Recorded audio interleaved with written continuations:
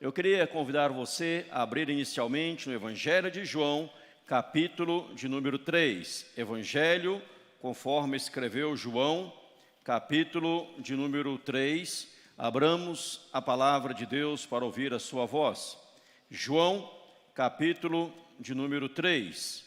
Evangelho de João, capítulo de número 3. O tema de hoje, simplesmente inesquecível, encontro com Jesus. O encontro com Jesus, ele tem que ser simplesmente inesquecível. Deus tem uma palavra ao teu coração. Eu queria trabalhar com você nesta noite 3 textos da palavra do Senhor, como está aqui, João 3, depois Lucas 19 e Lucas 7, falando sobre salvação, confirmação e restituição. Salvação, confirmação e restituição, usando 3 textos da palavra do Senhor e incentivando você ao mesmo tempo a participar também das noites de quarta-feira aqui na igreja. João capítulo 3, eu vou ler inicialmente, como está ali o verso 1 a 15, que fala do encontro de Nicodemos com Jesus. Preste bem atenção neste texto da palavra de Deus. João 3. Havia entre os fariseus um homem chamado Nicodemos, um dos principais dos judeus. Este de noite foi ter com Jesus e lhe disse: Rabi, sabemos que és mestre vindo da parte de Deus, porque ninguém pode fazer esses sinais que tu fazes, se Deus não estiver com ele. A isto respondeu Jesus: em verdade te digo, que se alguém não nascer de novo, não pode ver o reino de Deus. Perguntou-lhe Nicodemos: como pode um homem nascer sendo velho? Pode porventura voltar ao ventre materno e nascer segunda vez? Respondeu Jesus: em verdade te digo, quem não nascer da água e do Espírito não pode entrar no reino de Deus. O que é nascido da carne é carne, e o que é nascido do Espírito é Espírito.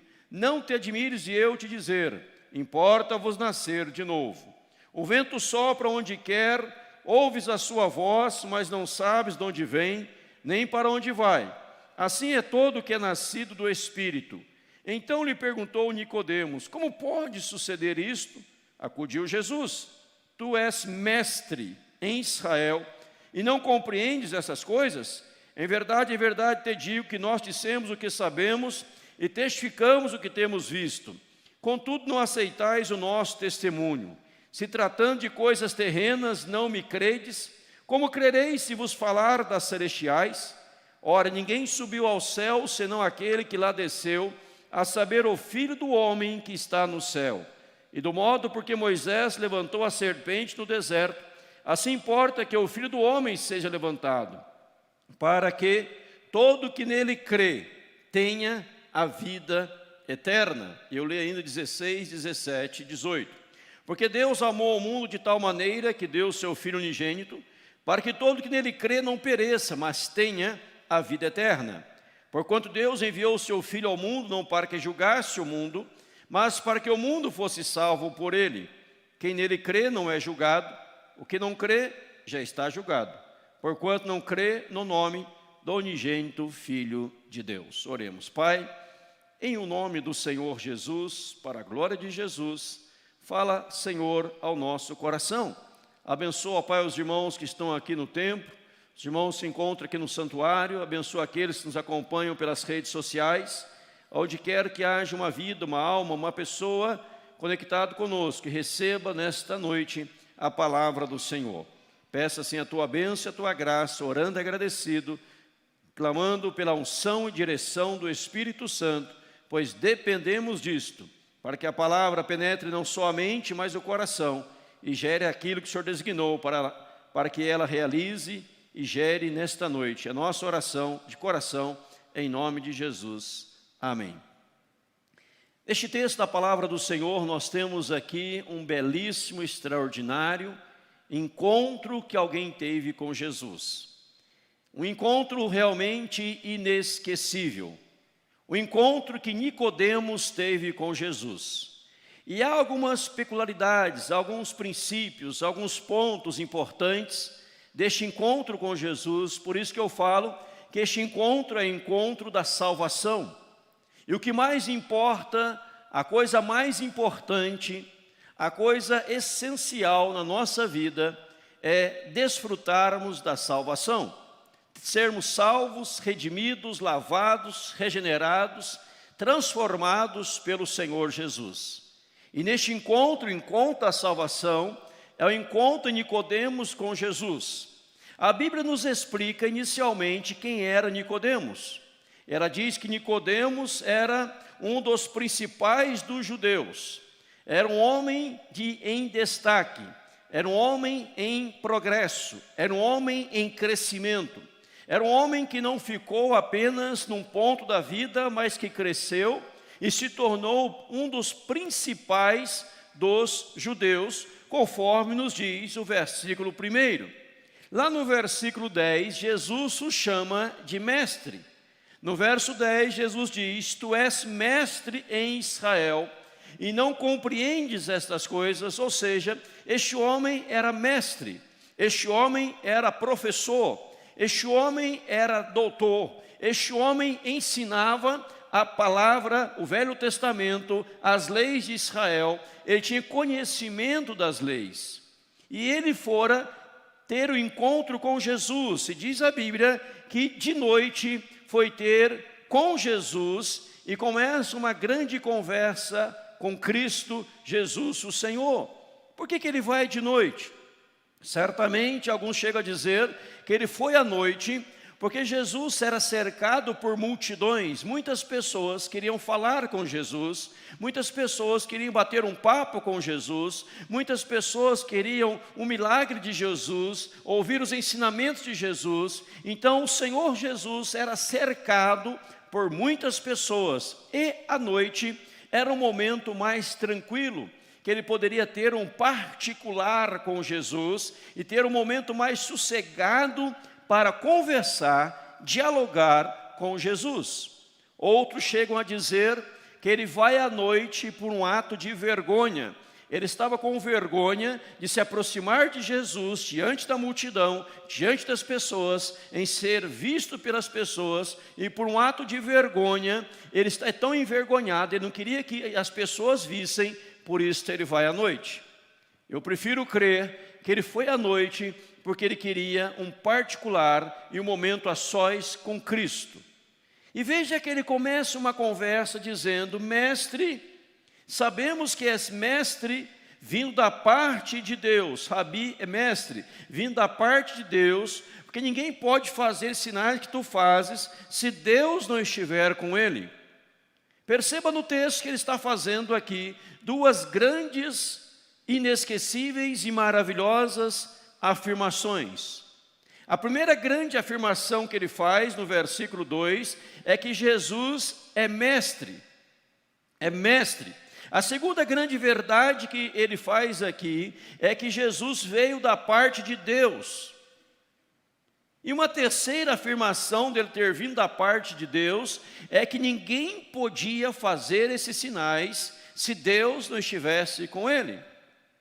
Perceba que ele está dizendo que Jesus é mestre, que Jesus veio da parte de Deus e que Jesus está com Deus e Deus está com Jesus. Três afirmações que provavelmente, se alguém fizesse essas três afirmações, poderia professar a sua fé, poderia se tornar membro de qualquer igreja. Eu sei que Jesus é mestre, que nós devemos ouvir os ensinamentos de Jesus. Eu sei que Jesus foi o enviado da parte de Deus. Eu sei que quem enviou Jesus foi Deus.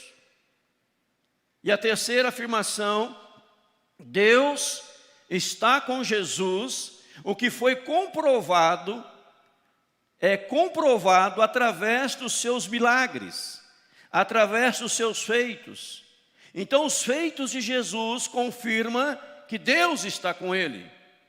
Ele não foi alguém que veio por conta própria, de modo próprio, como diz a Bíblia. Ele veio porque houve uma missão lhe fora conferida por Deus. Entenda isso, isso é muito importante.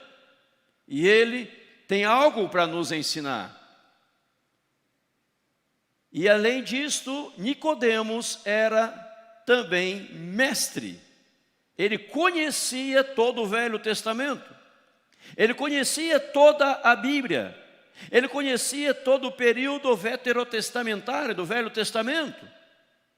E ele, ao indagar a Jesus com tudo isso, e ao fazer essas grandes afirmações, Jesus se volta para ele e diz no verso 3: em verdade te digo, que se alguém não nascer de novo, não pode ver o reino de Deus. Se alguém não nascer de novo. E lá no versículo de número 7, repete a expressão: não te admires de eu te falar, importa-vos nascer de novo. Não te admires de eu falar para você, ministrar a você, colocar no seu coração que você precisa nascer de novo. Ora, ele não era mestre, ele não sabia que Jesus tinha vindo da parte de Deus, ele não sabia que Jesus estava com Deus, ele não sabia de tudo isso, mas Nicodemos até então não tinha passado, experimentado o novo nascimento. E Jesus está dizendo: Nicodemos, deixa eu dizer algo para você. Se alguém não nascer de novo, ele perderá duas grandes oportunidades. Duas oportunidades extraordinárias, duas oportunidades gloriosas, que se alguém não nascer de novo, não poderá vivenciá-las na sua vida. Qual é a primeira oportunidade? O verso 3, na parte final, diz: se alguém não nascer de novo, não pode ver o reino de Deus. O versículo de número 5 diz: se alguém não nascer de novo, não pode entrar no reino de Deus. Se eu não passar pela experiência do novo nascimento, se eu não passar pela experiência da conversão, eu não vou ver o reino de Deus, e nem ao menos vou entrar no reino de Deus. Não consigo entrar, também não consigo ver. Importa-vos nascer de novo. Nicodemos, ele não entende esta palavra, ele fala: Senhor, como pode um homem sendo velho voltar ao ventre materno e nascer segunda vez? Jesus diz: o que é nascido de carne é carne, o que é nascido do Espírito é Espírito. Então o que eu estou ministrando a você, Nicodemos, é que o novo nascimento é uma obra exclusiva e total do Espírito Santo de Deus. O Espírito vai operar no seu coração, o Espírito vai ministrar no seu coração, e você terá a experiência do novo nascimento, aonde você se converterá no novo homem, no novo ser, criado à imagem de Deus, para a glória de Deus, resgatando isso na sua vida que perdeu devido ao pecado. Mas se o Espírito não operar na sua vida, você não nasceu de novo. Porque o novo nascimento não é sinônimo de conhecimento bíblico. O novo nascimento não é simplesmente saber que Jesus veio ao mundo enviado por Deus com uma missão e morreu na cruz e fez milagres e fez um monte de coisa. Muitas vezes nós até erramos, muitas vezes até falhamos nas conversões atuais, quando perguntamos para alguém: você reconhece que Jesus veio a este mundo? Ah, sim, eu reconheço. Você reconhece que Jesus foi enviado da parte de Deus? Sim, eu reconheço. Você reconhece que Jesus é o único Salvador? Sim, eu reconheço. Aí você fala: essa pessoa está salva. Isto não significa que ela está salva. Deixa eu talvez complicar um pouquinho mais a sua mente. Você acha que o diabo sabe que Jesus foi enviado por Deus? Sabe. Você acha que o diabo sabe que Jesus é o único que pode salvar a humanidade? Sim.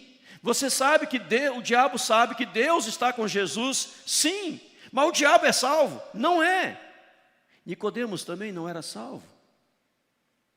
Não adianta eu me apegar ao conhecimento sem a atuação bendita do Espírito Santo no meu coração.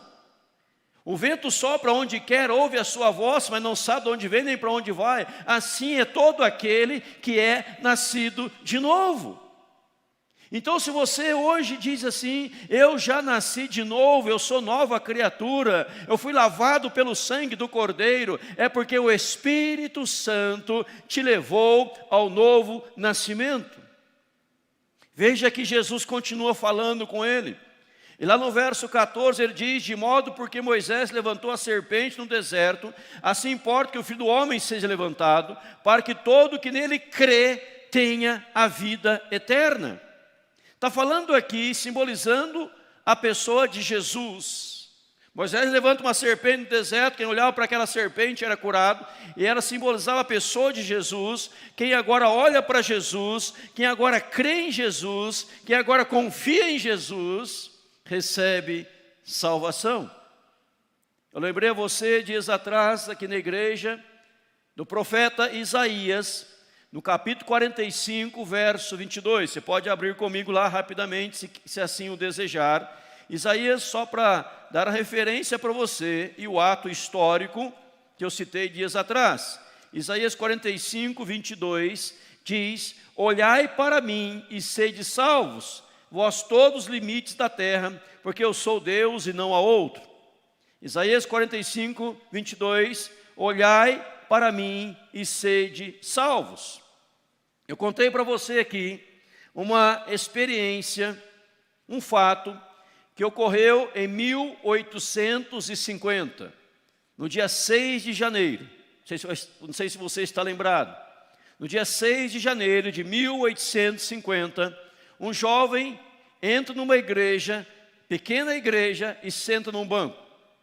Muita tempestade, vendaval, chuva, ele não consegue chegar à sua igreja, então ele vai naquela pequena igreja, era uma igreja metodista, e senta lá num dos últimos bancos da igreja, porque não conseguiu chegar na dele, devido à tempestade. Aquela igreja tinha pastor, mas o pastor não conseguiu chegar na igreja devido à tempestade. E o irmão da igreja, vendo que o pastor não chegaria, ele toma a direção do culto para pregar a palavra do Senhor. Porque alguém tinha que pregar, não tinha ninguém. E aquele irmão leu Isaías 45, 22. Olhai para mim e sede salvos. Você vai lembrar disso? E ele dizia para a igreja, olhe para Jesus, será salvo. Olhe para Jesus, será salvo. E a mensagem toda dele girava em torno dessa expressão, olhe para Jesus e será salvo. Porque você precisa olhar para Jesus e ser salvo. Se você não olhar para Jesus, você não vai ser salvo. E repetia isso inúmeras vezes em toda a pregação. E ele olhou para aquele jovem sentado lá no fundo e disse, meu jovem, eu vejo que você está meio deprimido. Olhe para Jesus, Ele vai te salvar hoje. Olha para Ele e hoje você vai ser salvo. Naquele dia, naquela noite, aquele jovem olhou para Jesus e foi salvo. Quem estava pregando não era um pastor formado no seminário, um bacharel em teologia, um doutorado em teologia, mestrado em teologia, não era um homem conhecedor profundo das escrituras, do grego e do hebraico, não era um homem de vários idiomas, era um simples membro da igreja, que não sabia nem falar corretamente a língua em Londres, o inglês. Ele dizia, olhe para Jesus, vai ser salvo, olha para Jesus e você será salvo. E aquele jovem naquela noite, diante daquele pregador, sem conteúdo, em profundo, argumentos, mas aquele pregador falava o essencial. Aquele jovem, dia 6 de janeiro de 1850, ele olhou para Jesus, e ali ele recebeu o operar do Espírito Santo. O Espírito Santo penetrou no seu coração, transformou a sua vida, naquela noite ele foi salvo. Esta é a história do grande pregador, o príncipe dos pregadores, Charles W. Spurgeon, que tornou o maior pregador que toda Londres já conheceu. Ele tinha menos de 25 anos de idade, era o pastor na igreja do Tabernáculo Metropolitano em Londres.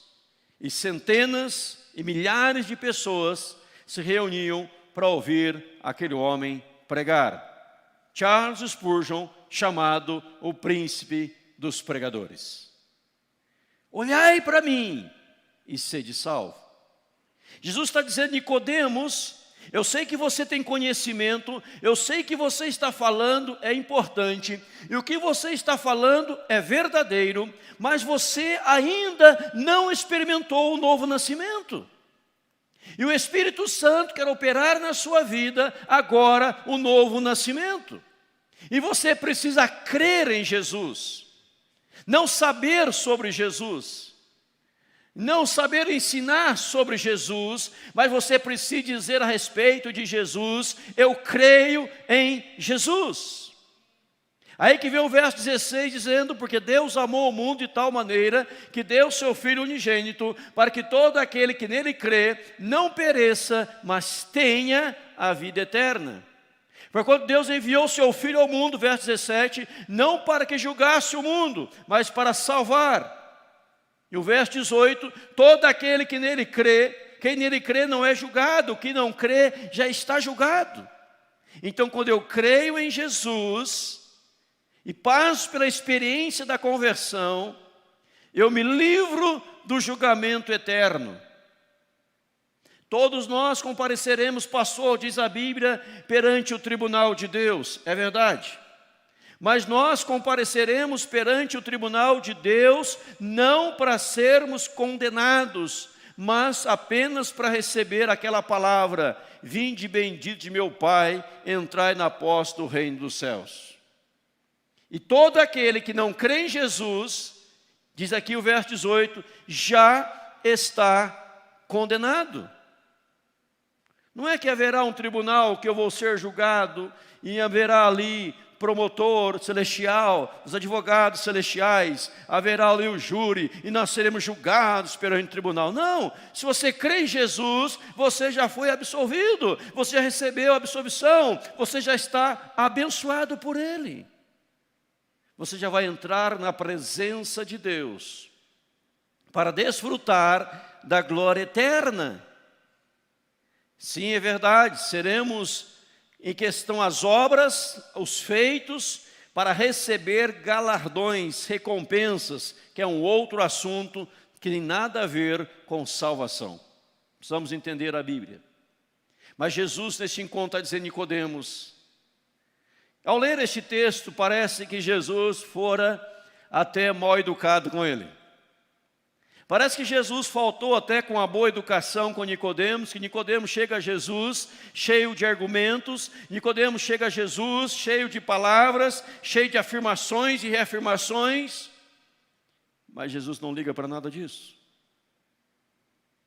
Fala, Nicodemos, deixa eu falar para você, não te admires, que eu vou falar agora, importa-vos nascer de novo.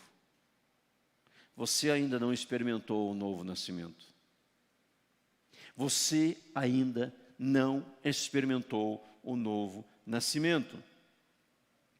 Esta obra bendita, poderosa, gloriosa do Espírito Santo na sua vida. E você precisa de fato, Nicodemos, crer em Jesus. Eu quero que você entenda, meu irmão, minha irmã, perfeitamente nessa noite, sem sombra de dúvida, saber que Jesus veio e morreu, saber que Jesus foi enviado por Deus, provou pelos milagres, pelos feitos, saber que Jesus é mestre, é Senhor, saber não diz nada. Conhecer toda a Bíblia não diz nada. É preciso crer em nome do Senhor Jesus. Pois somente aquele que crê em Jesus passou pela experiência do novo nascimento. Aí vem Paulo escrevendo aos Romanos e diz que o Espírito Santo testifica com o nosso espírito que nós o quê? Somos filhos de Deus. Nesta noite, você que aqui está e você que me assiste, você tem a certeza inabalável da sua salvação? Você já passou pelo novo nascimento? Você pode dizer que é uma nova criatura em Cristo Jesus? Pois se alguém não nasceu de novo, diz Jesus, não pode ver o reino de Deus e não pode entrar no reino de Deus. Por isso não te admires, importa-vos nascer de novo. Este encontro com Jesus foi o encontro da salvação. Eu creio que aqui Nicodemos nasceu de novo. O Evangelho de João, capítulo 7, 19, vai narrar sobre Nicodemos em outros episódios, onde ele comprova que realmente teve uma experiência com Jesus. Mas o segundo texto, que é Lucas capítulo 19, 1 a 10, é o encontro da confirmação. Eu queria que você abrisse comigo a palavra, Lucas capítulo 19, o encontro da confirmação. Eu gosto muito deste texto, deste encontro com Jesus, o encontro da confirmação, Lucas 19, 1 a 10. Você ouviu o primeiro, o encontro da salvação, agora o encontro da confirmação, Lucas 19, 1 a 10. Eu leio rapidamente. Entrando em Jericó, atravessava Jesus a cidade, eis que um homem maioral, chamado Zaqueu, maioral dos publicanos e rico, procurava ver quem era Jesus.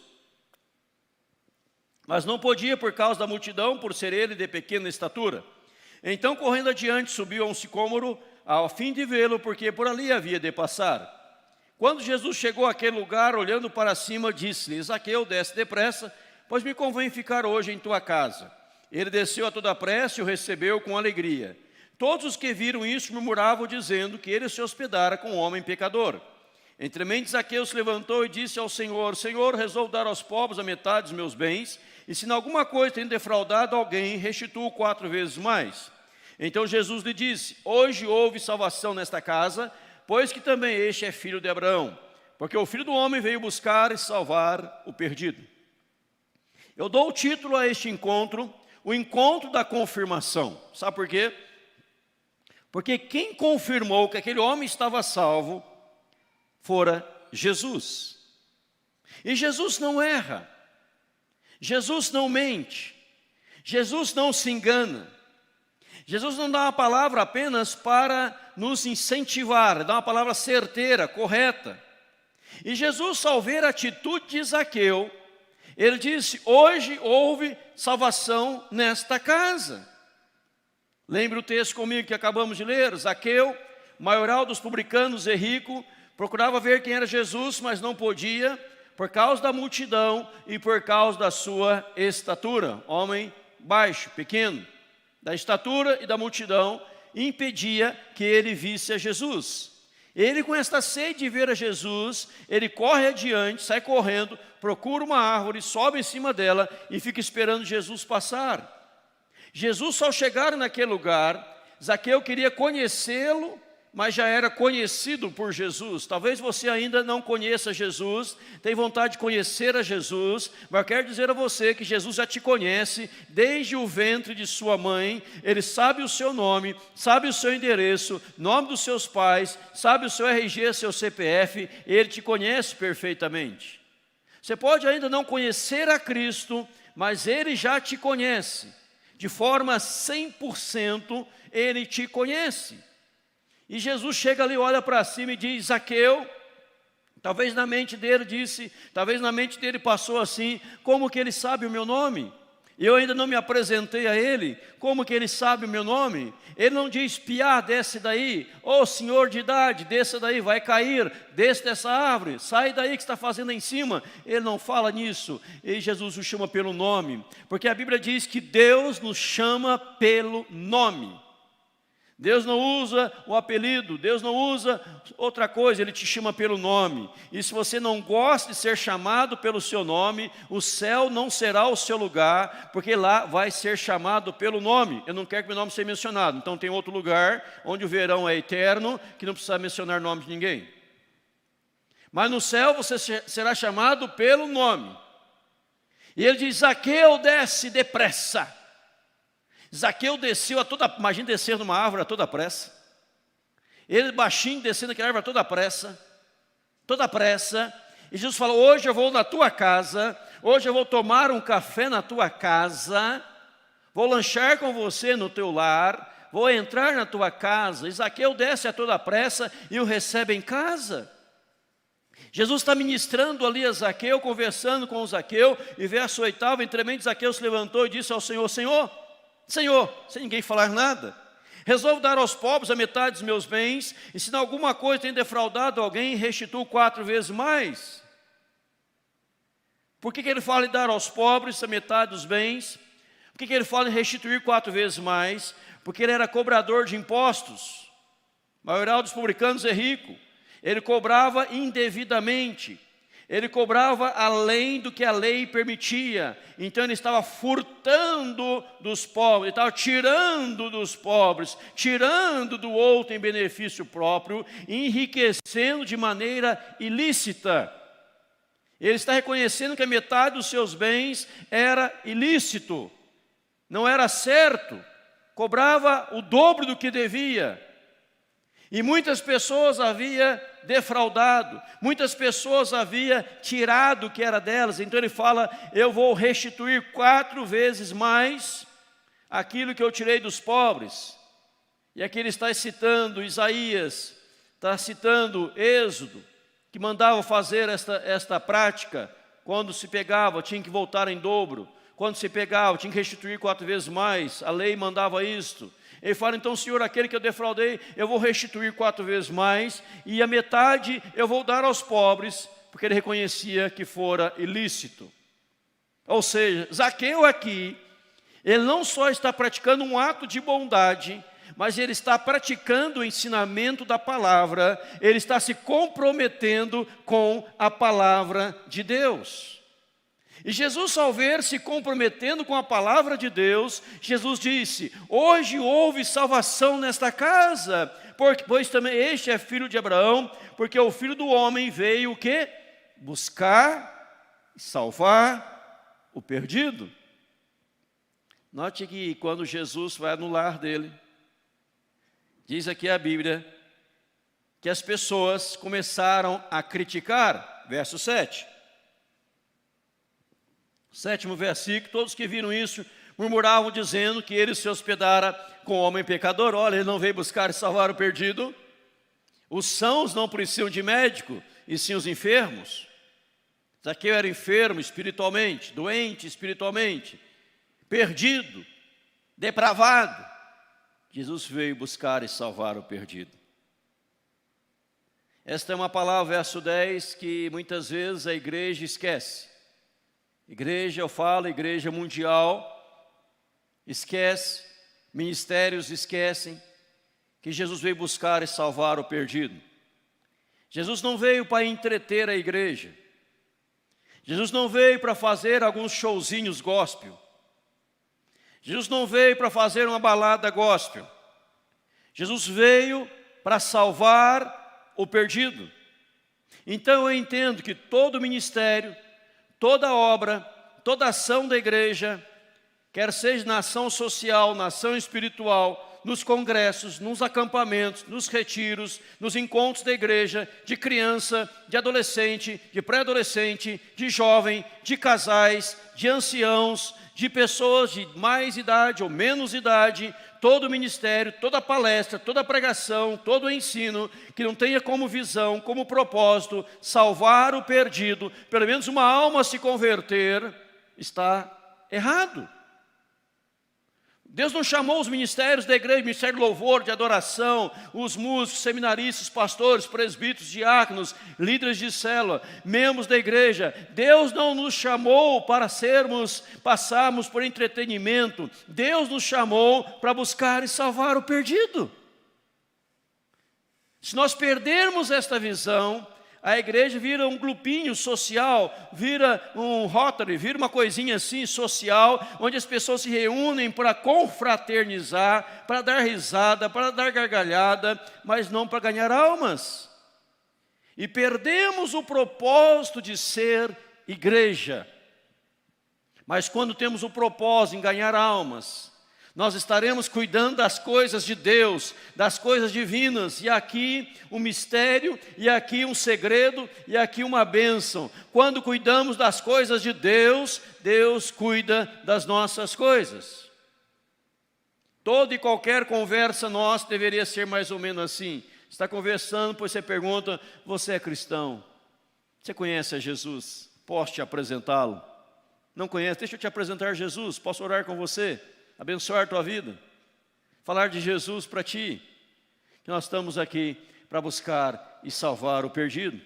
Você olha para uma pessoa como ele está perdido, como ela está perdida, aquela pessoa está totalmente perdida, aquela pessoa está no lamaçal, que pessoa ruim.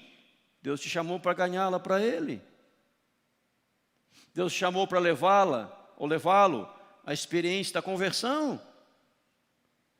E o texto nosso do encontro com Cristo é o encontro da confirmação que Jesus disse. Nesta casa houve salvação. Ele fala, hoje houve salvação nesta casa, verso 9, esse também é filho de Abraão. Eu repito para você que eu já disse, quem estava confirmando a salvação dele não foram as pessoas, fora Jesus. Este é um cristão. Hoje de manhã eu preguei no Salmo 42 e 43, que ambos salmos no original são juntos. É um salmo só no original, 42 e 43.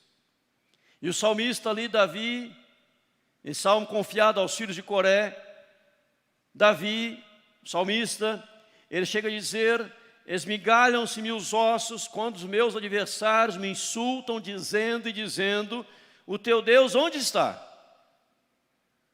Aí vem uma pergunta, como que os adversários sabiam que ele servia a Deus? Como os adversários sabiam que ele tinha comunhão, intimidade com Deus? Porque ele não havia escondido quem ele era. Estava passando por seríssimos problemas, mas ele era um servo de Deus, ele era um cristão. Ele não escondia dos seus adversários. Ele não se juntava à turminha para ganhar as pessoas, mas ele sabia que ele era um cristão, e como cristão, aí sim ele poderia ganhar as pessoas, e não praticando os erros delas para ganhá-las. E muitos iludidos usam o texto de Paulo, fiz-me fraco para com os fracos, a fim de ganhar os fracos, achando que Paulo, se ia ganhar o bêbado, ele se embebedava para ganhar o bêbado, não tem nada a ver com isso. Ele se prostituía para ganhar quem está na promiscuidade. Tem nada a ver com isso. Ele ia nas casas noturnas para ganhar as pessoas. Não tem nada a ver com isso. Paulo está ensinando outra coisa. É preciso ler o contexto do texto sagrado em nome de Jesus. Para entender melhor a Bíblia. E aqui, pela atitude de Zaqueu, pela ação de Zaqueu, Jesus disse, hoje houve salvação nesta casa. Este é filho de Abraão. Eu vim buscar este. E a pergunta que fica aqui, antes de ir para o terceiro texto da noite, a pergunta que fica aqui é a seguinte: as nossas ações diante da sociedade revela que nós somos cristãos? As nossas ações ou reações perante a sociedade revela que nós somos filhos de Deus, passou pelo novo nascimento, servos do Deus Altíssimo, consagrados a Deus. Nesse mundo que nós vivemos, onde as pessoas querem criticar, falar mal, zoar o nome de Jesus, as coisas de Deus, nós nos identificamos como verdadeiros cristãos em nome de Jesus. As pessoas sabem quem nós somos, salvos, lavados pelo sangue do Cordeiro, que não nos comprometemos, nem nos envolvemos com as coisas erradas, errôneas, sujas deste mundo. Mas perante o mundo você tem que mostrar que você é de fato um cristão. Oramos aqui agora há pouco pelos universitários. Lamentavelmente, há muitos universitários que se perdem nas universidades.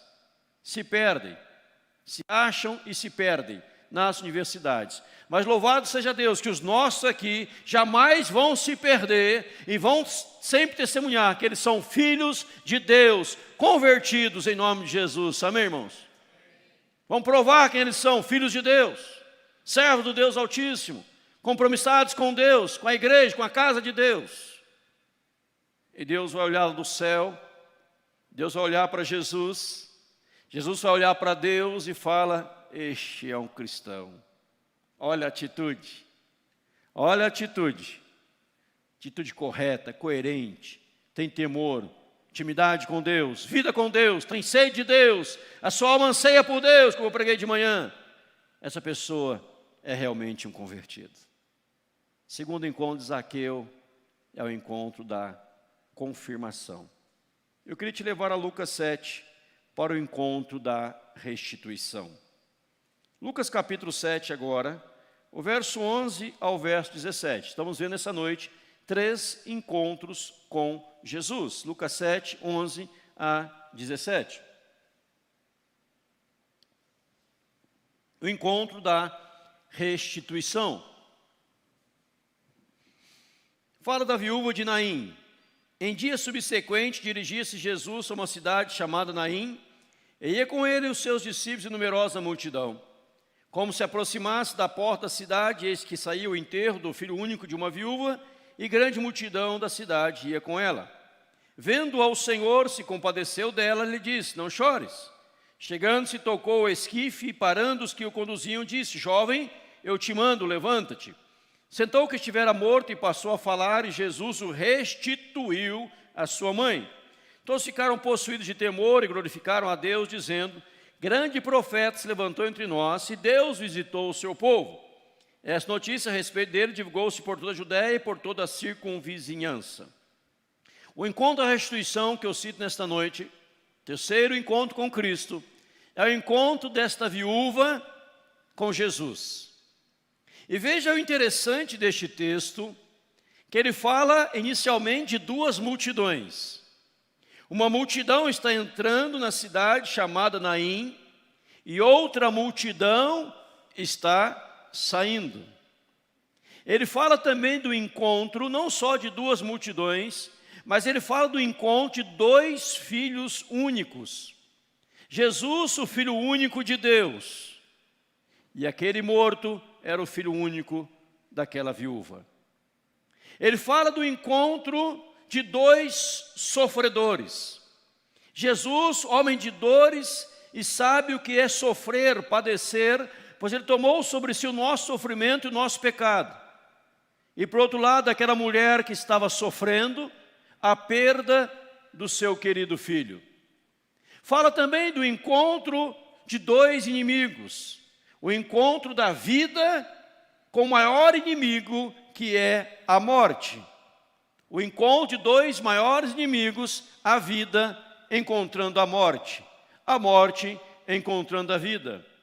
Paulo diz que o maior inimigo, o inimigo a ser destruído é a morte. Então nós temos o encontro de 2 multidões, de 2 filhos únicos, o encontro de 2 sofredores, o encontro de 2 inimigos. Uma multidão está chegando, celebrando a vida, guiada por Cristo, conduzida por Cristo. Outra multidão está saindo sem ter o que celebrar, apenas lamentando a morte, lamentando a perda, lamentando a dor. E nós podemos dizer que a humanidade, ora, está numa multidão ou na outra multidão. Separássemos a humanidade entre as multidões, só haveria 2. A multidão que celebra a vida ou a multidão que lamenta a morte. A multidão que tem algo para celebrar e se alegrar, e a multidão que perdeu a razão da alegria, que perdeu a razão do gozo, que não tem mais prazer na vida. E o encontro dessas multidões gerou não só restituição, mas gerou também transformação. Veja a dor desta mulher. A mulher tem motivo para sofrer. Qual era o motivo da sua dor? Primeiro, ela era viúva. Ela já havia perdido o seu marido havia morrido, por isso o texto a chama de viúva. Segundo, ela perde o seu filho que era jovem. Um jovem havia morrido. Terceiro, era o seu único filho, ela não tinha mais filho. Era o filho que haveria de sustentá-la com a morte do seu marido.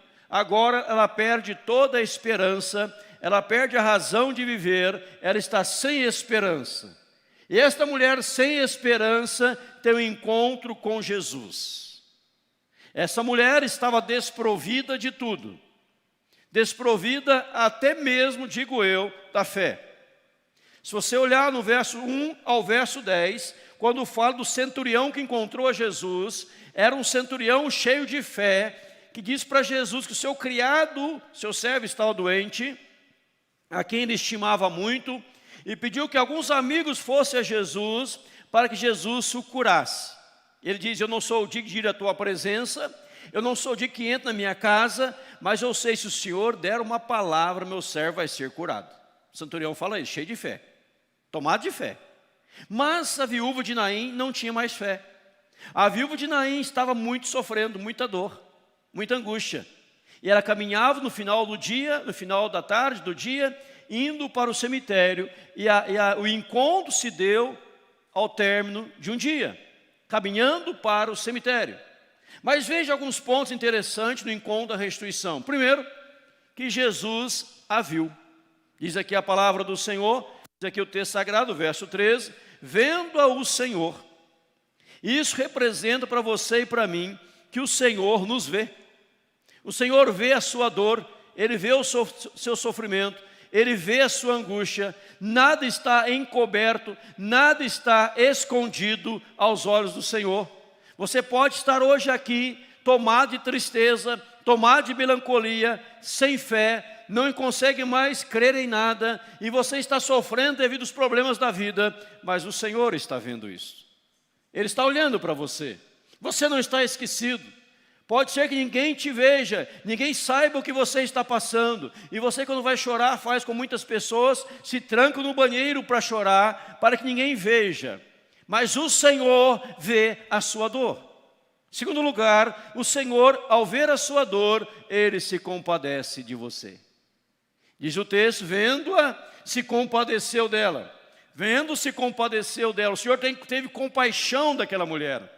Compaixão significa andar no mesmo compasso, sentir a dor do outro. Ele tem compaixão dela. O Senhor dá uma palavra a essa mulher dizendo, não chores. Talvez você diria, mas o Senhor é mal educado. Como alguém pode dizer num velório, não chores?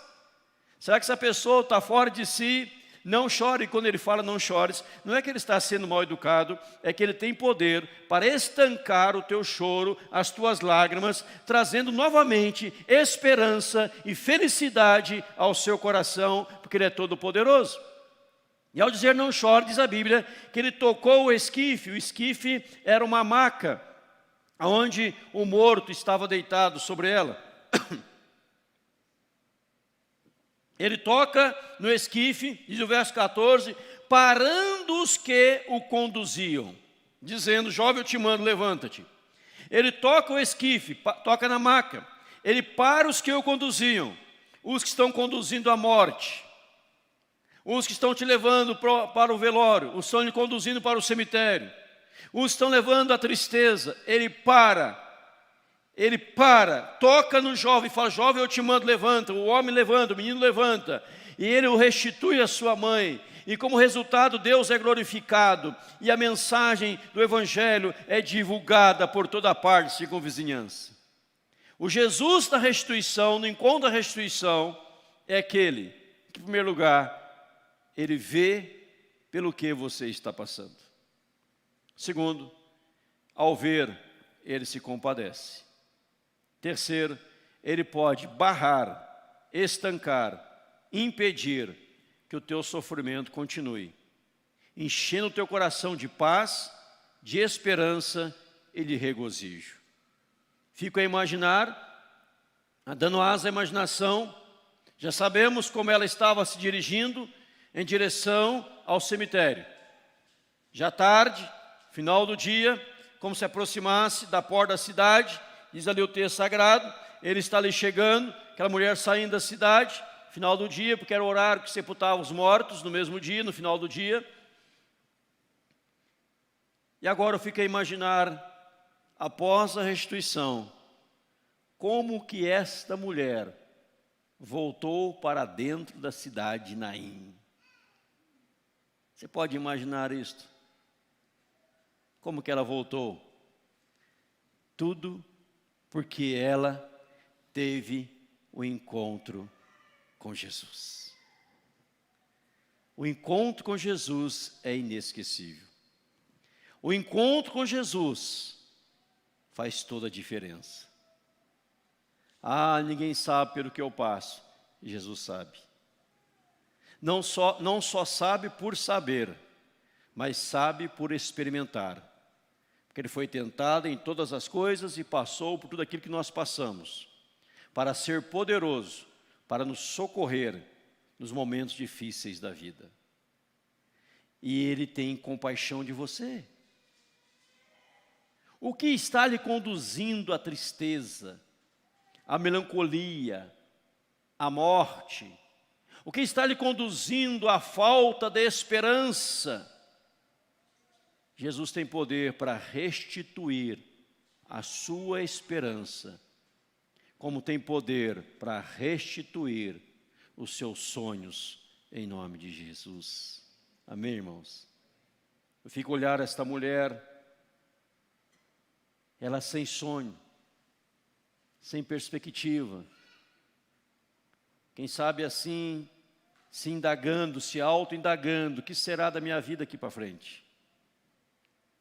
E indo, cabisbaixa, Jesus disse, não chores, porque ela estava chorando copiosamente. E de repente, aquela multidão, toda triste, toda sofredora, ela encontra com a multidão da vida. Nós fazemos parte da multidão da vida. E quando sairmos por estas portas deste santuário, vamos encontrar na rua, no comércio, nas escolas, universidades, nas empresas, em qualquer lugar, pessoas estão na multidão da morte. E ao nos encontrarmos com essa multidão, sejamos instrumentos de Deus para gerar restituição, para restaurar a alegria, para restaurar a esperança, mostrando a elas o que Jesus pode fazer. Porque o Jesus que nos levou ao novo nascimento é o Jesus que confirma que de fato somos filhos de Deus. É o Jesus que restitui as nossas perdas, para a honra e glória dEle. E quando Deus, aqui no verso 16, foi glorificado, todos ficaram possuídos de temor e glorificaram a Deus. E a notícia se divulgou, toda a Judéia, por toda a circunvizinhança. Quem sabe está faltando um grande milagre na sua vida, para que todos saibam quem é Jesus, o que Ele é capaz, o que Ele pode fazer, já fez na sua vida e fará na vida delas. E eu volto um pouquinho rapidamente a Zaqueu. Eu gosto de falar isto. Imagina Zaqueu voltando naquela casa que ele tomou, furtou, dizendo, eu vim restituir 4 vezes mais. Zaqueu, o que aconteceu? Eu tive um encontro com Jesus. A minha vida mudou. Imagina Nicodemos voltando às suas aulas da lei, do Velho Testamento, falando agora de olhar para Jesus, falando agora dos princípios bíblicos, já como um homem nascido de novo.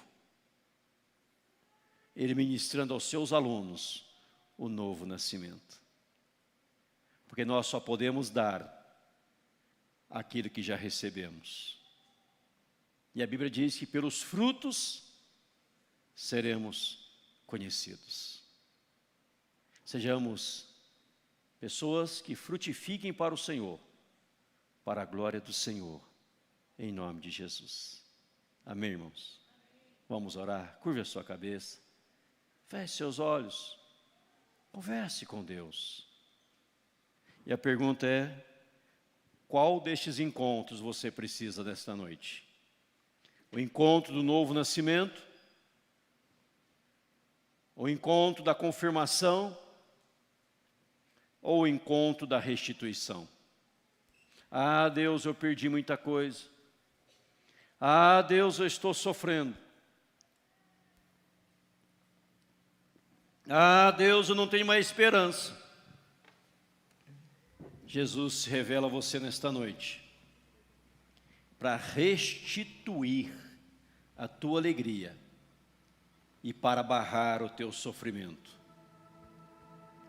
lhe dando o prazer, a satisfação em viver novamente uma vida intensa na presença de Deus.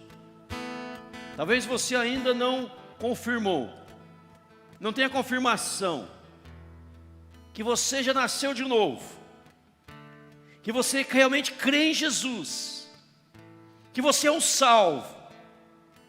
Hoje pode ter um encontro com Jesus e o Espírito Santo testificar no seu coração: você é convertido.